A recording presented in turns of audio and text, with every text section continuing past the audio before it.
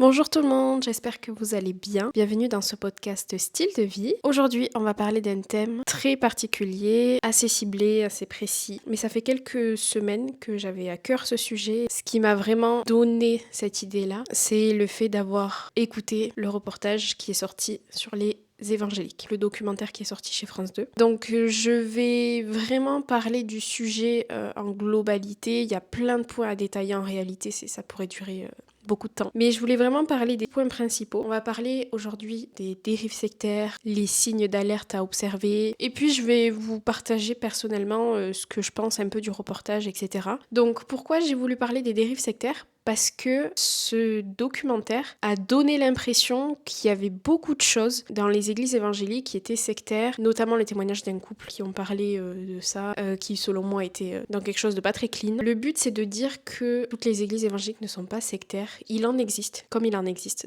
chez certains musulmans, chez certains catholiques, chez certains évangéliques, chez certains protestants, bouddhistes, on pourrait dire tellement de choses, et dans même plusieurs communautés, pas forcément religieuses, dans plusieurs communautés tout simplement. Bref, je vais pas jeter la pierre ou quoi, c'est pas mon but. Mon but c'est de dire à des personnes que la branche évangélique n'est pas du tout une secte. Même s'il y a des dérives chez certaines personnes, et on va les énumérer ensemble pour pouvoir bien les détecter. Et pour ça, il y a plusieurs signes d'alerte que la Bible partage, et Jésus nous a prévenus sur beaucoup de points. Il y a plusieurs signes d'alerte à observer. Je tiens à dire que vous ne trouverez jamais une église parfaite. Jamais, jamais, jamais, on ne trouvera jamais d'église parfaite évangélique. Nous sommes des humains, les pasteurs sont humains. On peut ne pas être d'accord sur tout, c'est totalement normal, c'est totalement ok. En revanche, il y a des choses sur lesquelles il faut être intransigeant. Et ça, c'est ultra important. Il y a des signaux qui sont quand même importants, qu'il ne faut pas éviter. Et le premier signe d'alerte à observer, c'est le contrôle excessif sur les membres. Une église saine encourage la liberté en Christ, tandis qu'une structure sectaire impose des règles strictes, des interdits sur la vie personnelle, sociale, professionnelle. Et elle limite même les relations externes. C'est à ton responsable ou à ton pasteur de te trouver ta femme, ton mari. D'ailleurs, on te rappelle que ton mari ne se trouve pas à l'extérieur de l'église, pas dans une autre église non plus. Donc il y a vraiment un contrôle qui est excessif dans tous ces points-là. Vie personnelle, sociale, professionnelle, je répète, et relations extérieures. Ceux qui sont à la tête de l'église contrôlent ta vie et tu dois sans cesse rendre des comptes. Puis inconsciemment, tous les membres finissent pareil et plus personne ne réfléchit par lui-même. D'ailleurs, les révélations personnelles sont prohibées et t'as pas le droit de donner ton avis. J'aimerais vous rappeler un verset qui est dans Ecclésiaste 4:12. Je vais pas vous lire tout le verset, mais à un moment, le verset vers la fin dit « Et la corde à 3 fils ne se rompt pas facilement ». La corde à 3 fils, c'est qui ?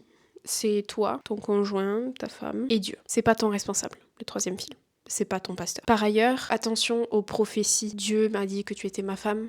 Dieu m'a dit que lui, ce sera ton mari. Elle, ce sera ta femme. Non, non, non. Ça marche pas comme ça. Donc voilà, un des premiers signaux, c'est ce contrôle excessif qu'un responsable peut avoir sur les membres. Ça, ce n'est pas normal. Le deuxième point, c'est l'autoritarisme du leader. On peut parler d'abus d'autorité. Quand un seul responsable est infaillible, qu'il exige une obéissance absolue et qu'il ne tolère pas la critique, ça va à l'encontre du modèle biblique d'autorité partagée et humble. Ils te font comprendre que sans eux, tu pourras pas être guéri, tu pourras pas être proche de Dieu non plus. Et puis tu deviens dépendant d'eux et plus de Dieu. Et ça, c'est un danger, l'abus d'autorité. Quand on parle de relation avec Dieu, c'est Dieu et toi. Pas Dieu, toi et ton responsable, Dieu, toi et ton pasteur. Non, le médiateur, c'est Jésus. C'est lui qui est venu sur terre, c'est lui qui s'est sacrifié. Et c'est pas un apôtre, ce n'est pas Marie, ce n'est pas Pierre, Paul, Jacques, bref, ce n'est pas ton pasteur, ce n'est pas ton responsable, c'est Jésus. Un responsable est un responsable de l'église, mais il n'a pas le droit d'avoir cette autorité sur toi. Tu n'es pas obligé de passer par un responsable pour avoir une relation avec Dieu, pour être guéri. Vous avez un super chapitre de la Bible qui est dans 2 Pierre 2, qui parle des faux docteurs, etc. Et dans le verset 3, dans leur soif de posséder, ils vous exploiteront avec des paroles trompeuses, mais leur condamnation menace depuis longtemps et leur ruine ne tardera pas. Donc on parle de paroles trompeuses. C'est pas ça le cœur de Dieu. Ce n'est pas la volonté de Dieu qu'un responsable soit comme ça. Le responsable de l'église n'est pas censé être comme ça. Donc l'abus d'autorité n'est pas normal. Le 3e point, c'est l'enseignement déformé. On se doute bien qu'une église dérivée enseigne souvent des doctrines contraires à l'évangile. Je tiens à rappeler que dans le mot évangélique, il y a marqué évangile. Oui, il y a des différences entre les catholiques, les protestants, les évangéliques, etc. Ça, faut vraiment bien se renseigner. C'est pas le sujet, mais là, je tiens vraiment à parler du coup des églises évangéliques. Mais en fait tout ça c'est en lien aussi, c'est dans la branche du christianisme. Je parle d'évangélique parce que moi je fréquente une église évangélique depuis presque 8 ans je crois. Bref, donc une église dérivée enseigne souvent des doctrines contraires à l'évangile. Par exemple, elle ajoute des exigences humaines à la fois. Elle te promet des bénédictions faciles en échange de dons, ou elle prône la peur plutôt que la paix en Christ. Et par ailleurs, depuis que tu fréquentes cette église, tu es de plus en plus fauché. On te demande de l'argent contre des prières, des délivrances, des prophéties ou des guérisons. Et ça, c'est pas normal. L'évangile, c'est gratuit. Prier pour quelqu'un, délivrance, prophétie, guérison, etc., c'est gratuit. Enfin, vous n'avez pas à payer pour ça, c'est pas normal. Vous n'avez pas à payer. Dieu, il a jamais demandé de l'argent contre quelque chose. Enfin, non. Est-ce que Jésus, il est venu sur terre et il aurait dit à ses enfants, par contre, je me sacrifie à la croix, mais vous me donnez de l'argent? Mais non. C'est pas ça. Ajouter des exigences humaines à la foi en Jésus, c'est-à-dire ajouter des versets, inventer des règles qui sont pas du tout bibliques, comme ces choses-là que je viens d'énumérer, faire des promesses contre enfin ça, mais c'est pas normal, c'est pas biblique, c'est sectaire, c'est pas normal. Le 4e point, c'est l'isolement. Une communauté qui te coupe du monde extérieur, de ta famille, de ton travail, de l'école, ce n'est pas normal. C'est une communauté qui du coup s'éloigne de l'appel véritable biblique à témoigner dans la société, dans ta famille. Ils te font haïr le monde extérieur, les autres églises, ta propre famille, tes amis, en te détournant des versets de la Bible, en les sortant de leur contexte. Et parfois on te demande même jusqu'à mentir à tes proches afin de te consacrer à l'assemblée seule. Mais non, mais ça marche pas comme ça. Vous croyez que Jésus il faisait quoi? Il annonçait l'évangile à qui? Il a mangé avec qui? Quand Jésus dit je ne suis pas venu apporter la paix, mais cherchez la signification profonde. Dans des dérives sectaires comme ça, c'est des versets qui sont totalement sortis de leur contexte. On sait que la Bible ne se contredit pas. Dans 1 Jean 4, versets 7 à 9. Bien-aimés, aimons-nous les uns les autres, car l'amour vient de Dieu et toute personne qui aime est née de Dieu et connaît Dieu. Celui qui n'aime pas n'a pas connu Dieu, car Dieu est amour. Voici comment l'amour de Dieu s'est manifesté envers nous. Dieu a envoyé son Fils unique dans le monde afin que par lui, nous ayons la vie, l'amour. 1 Timothée 5, verset 8. Si quelqu'un ne prend pas soin des siens, et en particulier des membres de sa famille proche, il a renié la foi et il est pire qu'un non-croyant. Je sais pas, on est censé avoir la même Bible, mais bon. Donc toutes ces choses-là, là, l'isolement, le fait qu'on t'isole de ta famille, que... Mais non, c'est pas ce que Dieu demande, ce n'est pas le cœur de Dieu du tout. Malheureusement, il y a des personnes qui grandissent dans des cultures différentes de la Bible, dans une religion différente, et quand ils donnent leur cœur à Jésus, les parents ne l'acceptent pas, et dans ce cas-là, ils renient l'enfant, ils le sortent de la maison. C'était ça, en fait, que Jésus voulait dire, c'est que malheureusement, dans des familles, ça sera comme ça. Parce que Jésus, le nom de Jésus dérange, parce que si, parce que ça. Mais c'est pas sa volonté. Dieu, oui, il doit avoir la première place dans notre vie, mais pas l'Église. C'est Dieu, premièrement, ta relation avec Dieu, personnelle, ta famille et ensuite le service, l'église, etc. Pas normal que ces choses-là soient mises en premier et qu'en plus on te sépare de ta famille, de ta vie, parce que c'est le monde, parce que c'est le péché, entre parenthèses, parce que c'est ci, c'est ça. Mais non, mais Dieu ne nous a pas demandé de nous couper. Vous vous imaginez comment les gens vont entendre parler de l'évangile si on se séparait d'eux? C'est pas ça. Le but de l'évangile, c'est de le partager quand on le connaît. Le 5e point, c'est la manipulation émotionnelle et spirituelle, c'est-à-dire la peur, la culpabilité, je dis bien la culpabilité exagérée, ou la pression constante pour rester dans le groupe. Ce sont des mécanismes souvent utilisés par des groupes sectaires. Tes responsables, tes pasteurs, détournent des versets pour se permettre de t'humilier, de te rabaisser et d'être violent. Il y a Jésus, oui, certes, mais il y a un homme, il y a une femme là, qui a eu une révélation méritée, donc il mérite d'être honoré, d'être parfois prié, adoré au même titre que Jésus. Mais il y a des trucs, c'est parce que c'est un homme de Dieu, parce que c'est ci, parce que c'est ça. Non, mais l'homme de Dieu ne doit pas te maltraiter, il ne doit pas abuser. 1 Timothée 3, c'est pas mal aussi comme chapitre. Quand il parle des responsables, si quelqu'un aspire à la charge de responsable, il faut donc que le responsable soit irréprochable, fidèle à sa femme, sobre, réfléchi, réglé dans sa conduite, hospitalier, capable d'enseigner. Il ne doit pas être buveur violent, ni attiré par le gain, mais au contraire, doux, pacifique et désintéressé. Une église saine encourage à la liberté personnelle et respecte les lois du pays. Ça, je vais en revenir après. C'était les 5 points vraiment que je voulais vous partager. Tous ces points-là devraient vraiment vous alarmer. Il y a des conséquences. On a entendu des témoignages de personnes qui ont grandi dans des églises comme ça, notamment Yvan Carluère, le pasteur de l'église MLK, qui a grandi dans une dérive sectaire, clairement. Il y a des témoignages de personnes qui s'en sortent, qui arrivent à sortir de cette chose-là, parce que quand on grandit dans des environnements comme comme ça. Quand on évolue dans des environnements comme ça, quand on tombe dans ces pièges-là, après c'est très difficile de déconstruire sa façon de penser. Et c'est tout un travail, c'est pour ça que même d'ailleurs dans ce reportage on entend le témoignage d'une fille qui du coup fait des crises d'angoisse la nuit. En plus j'ai fait un réel sur les réseaux sociaux sur ça et pour réagir rapidement, vite fait, sans propager de la haine, surtout pas. Mais il y a le témoignage d'une fille qui du coup a les conséquences de la dérive sectaire sur elle font que du coup elle consulte une psychologue, elle fait une thérapie parce qu'elle fait des crises d'angoisse, enfin, bref c'est tout un truc et ça c'est une réalité. Quand on n'arrive pas à se déconstruire de ça, ça traumatise les gens. Il y a des personnes qui tombent en dépression, il y a des personnes qui tombent dans l'isolement, les dettes, le chômage, dans la haine, la maladie, les traumatismes et même le suicide.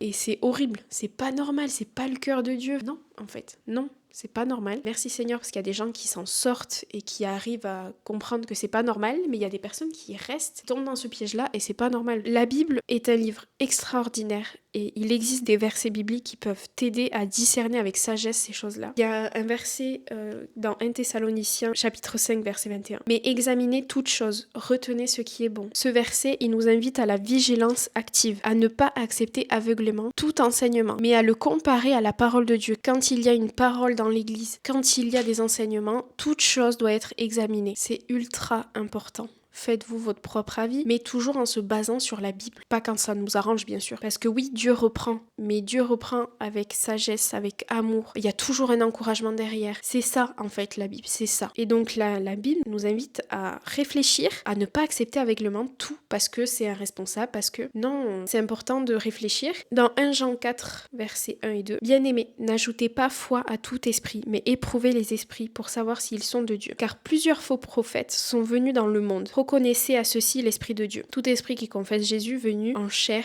et de Dieu. » D'ailleurs, il y a un verset qui dit « Reconnaissez mes disciples par l'amour qu'ils ont. » L'amour, c'est pas maltraiter quelqu'un, abuser de cette personne-là. Enfin, c'est pas ça l'amour. Et c'est pas ça l'amour de Dieu. Donc ce passage, il nous encourage à tester les enseignements, les prophéties, à la lumière de l'identité de Jésus-Christ. Dans Jean 8, verset 32, « Vous connaîtrez la vérité et la vérité vous rendra libre, vous affranchira. Que la vérité de Christ soit ton guide pour te libérer de toute forme de manipulation ou d'erreur. » Matthieu 7, 15. « Gardez-vous des faux prophètes. Ils viennent à vous en vêtements de brebis, mais au-dedans, ce sont des loups ravisseurs. » Il y a une mise en garde claire contre ceux qui prétendent parler au nom de Dieu, mais qui détournent les âmes. Donc pour ne pas tomber dans le piège, vigilance, prière sincère, priez pour ça. Moi, avant d'arriver dans l'église où je suis actuellement, j'avais prié et j'avais dit « Seigneur, je veux vraiment que tu me mettes là où je dois aller, dans une bonne église, une église qui enseigne ta parole, même si parfois je suis pas forcément d'accord avec tout, mais je sais que quand même la Bible est vraiment partagée au sein de cette communauté. Donc prière sincère, priez pour ça. Dieu ne tend pas de piège, mais c'est à nous aussi d'ouvrir notre esprit, de réfléchir. Vigilance, prière sincère, connaissance biblique pour le discernement. Avoir des connaissances sur qui est Jésus, sur la parole de Dieu, même si des fois il y a des versets qui sont détournés.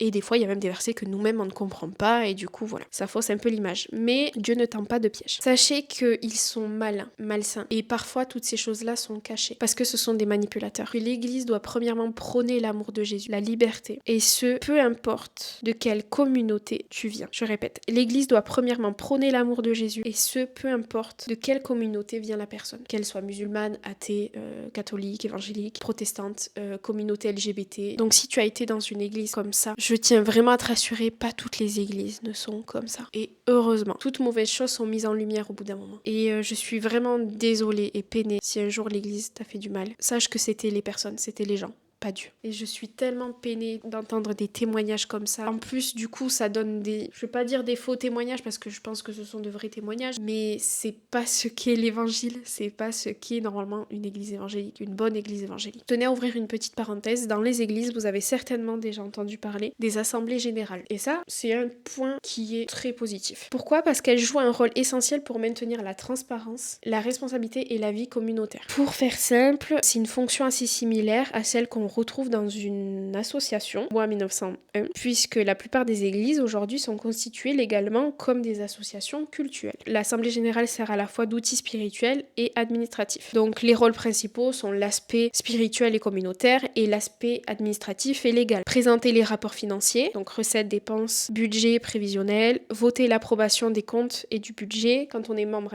d'une église, élire ou renouveler les membres du conseil d'administration, du bureau, etc. Décider sur des projets importants, enfants, respecter les obligations légales d'une association déclarée, notamment vis-à-vis de la préfecture ou des adhérents. Bref. Et ça rejoint un principe biblique important. L'Église n'est pas dirigée par un seul homme ou une petite élite sans référence, mais elle fonctionne dans la communion, la fraternité et la responsabilité mutuelle. Par exemple, dans l'Église primitive dans Actes des Apôtres, les apôtres y rassemblaient les croyants pour les encourager, enseigner et prendre des décisions ensemble. Donc, l'Assemblée générale est un moyen de protéger la communauté contre toute forme d'autoritarisme ou de dérive, en gardant une structure claire et partagée. Donc sécurité spirituelle et pratique, parce que chacun peut s'exprimer, être entendu et participer à la vie de l'Église. Ce qui nous rappelle le verset 1 Corinthiens 14, verset 40, mais que tout se fasse avec bienséance et avec ordre. En gros, c'est quoi une Église saine ? C'est celle qui reconnaît les autres chrétiens. Donc les catholiques, les protestants, les orthodoxes, même s'il y a des différences. Elle encourage la liberté personnelle et le respect des lois du pays. Elle garde une structure associative transparente, loi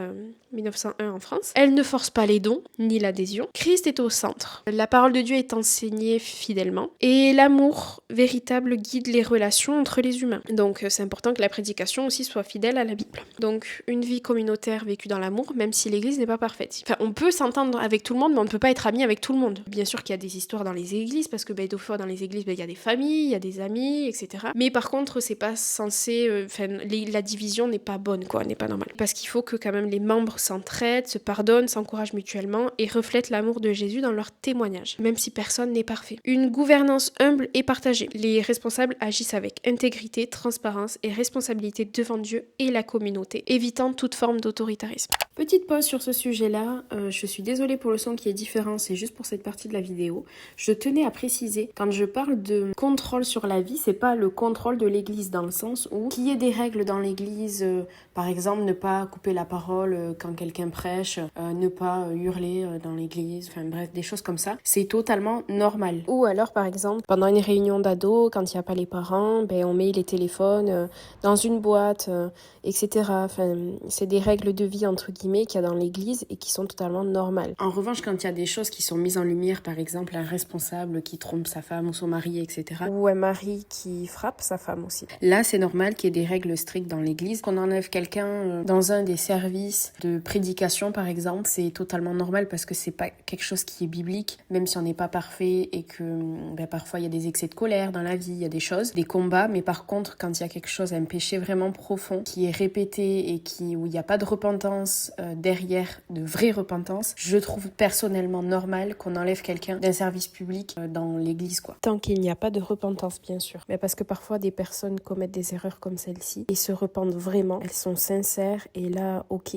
Après, c'est mon avis personnel. Vous avez le droit de pas être d'accord. Par contre, ce n'est pas normal que cette personne-là soit rejetée totalement de l'église. Mais quand il y a un service où il y a de la prédication, c'est compliqué. Non pas que la personne n'ait pas le droit de parler de Jésus, mais il faut savoir que toutes choses sont mises en lumière et je crois qu'on regarde beaucoup le témoignage aussi. Puis on a aussi notre témoignage, notre responsabilité aussi. La prédication, c'est pas juste partager le message de l'évangile, c'est partager des sujets profonds. Il y a de l'enseignement derrière. On ne demande pas à ce que le pasteur ou le prédicateur soit parfait, mais je trouve qu'il y a quand même des sujets qui sont très graves. Pardon, mais je vais aller dans vraiment quelque chose de très profond. Mais quand il y a quelqu'un qui a eu des problèmes envers des mineurs et qu'il ne soit pas forcément accepté dans un des services comme ça, c'est normal aussi. Légalement, enfin, je le comprends aussi. Personnellement, je trouve que c'est de la sagesse de ne pas l'accepter dans des services comme ça, où il y a eu une faille, il y a eu un problème très grave qui touche au pénal, même si ça a été dans le passé. Malheureusement, c'est comme ça. C'est des conséquences. Quand ça touche à une autre personne, je trouve que c'est différent. Donc, que tu sois enlevé de ces fonctions-là parce qu'il y a eu ce péché qui a été mis en lumière, je trouve ça normal. Que la personne soit sortie de l'église, je sais pas trop. Dieu ne rejette personne. En revanche, que le pasteur, que le responsable décide que cette personne-là,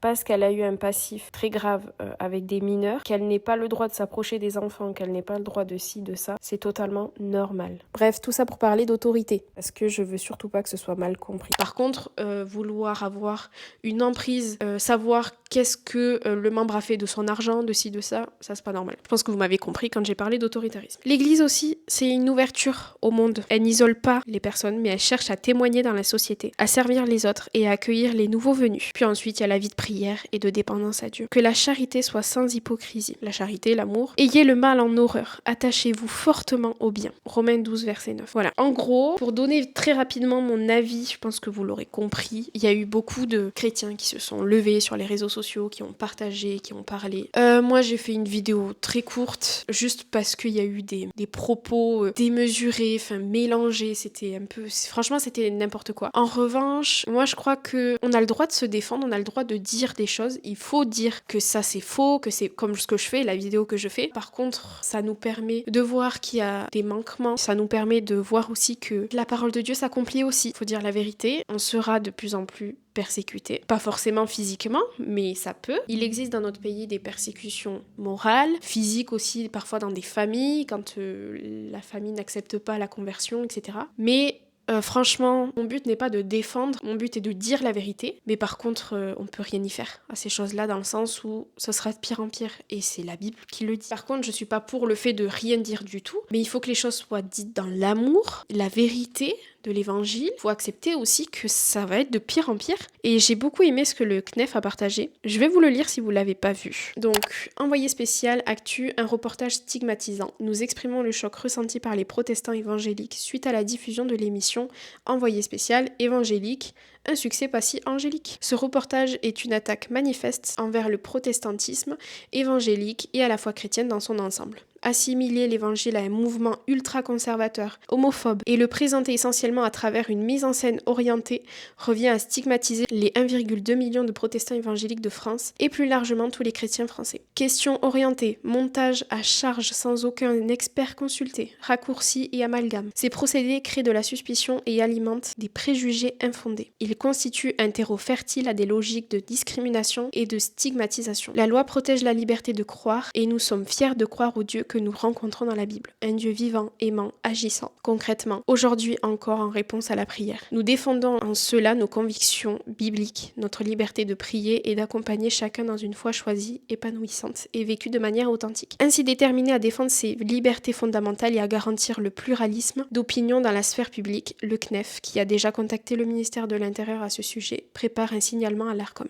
Un dialogue honnête entre les acteurs médiatiques et religieux permet de mieux informer le public et de contribuer à une société où la diversité des croyances et des pratiques est prise et respectée. Et j'ai beaucoup aimé cette façon de parler. Dire que le baptême te fait renaître évangélique, non, c'est un baptême qui est basé sur la Bible et ça ne te fait pas renaître évangélique. Voilà, mauvaise interprétation. Dire que des femmes et des hommes guérissent des gens, c'est pas eux qui guérissent, c'est Dieu qui guérit à travers eux, c'est biblique. Sans parler du coup de la personne que j'ai dit tout à l'heure, où le responsable a dit que les crises d'angoisse qu'elle vivait, c'était parce qu'elle était sûrement possédée. Enfin, je la connais pas cette personne. Mais les gars, de dire que des crises d'angoisse, non, ça c'est pas normal en fait. Enfin, c'est un gros manque de sagesse du responsable. C'est un manque d'équilibre. Et ensuite de lui dire que le diable, si, le diable ça. Mais le diable n'est pas omniprésent. Dans toutes ces choses qu'elle partage, c'est clairement sectaire en fait. Pas toutes les églises ne sont comme ça. Faut pas mettre tout le monde dans le même panier. Je ne sais pas quel a été le but de ce reportage. Enfin, en tout cas, c'était clairement pas pour vraiment parler de l'église évangélique, qu'elle est réellement, je pense. J'ai beaucoup aimé le message de Yvan Carluère MLK qu'il a partagé le dimanche même où il y a eu ce reportage. Je vous encourage à le regarder, je vous le mets juste en bas pour vraiment écouter parce que même lui, on sait qu'il y a des montages,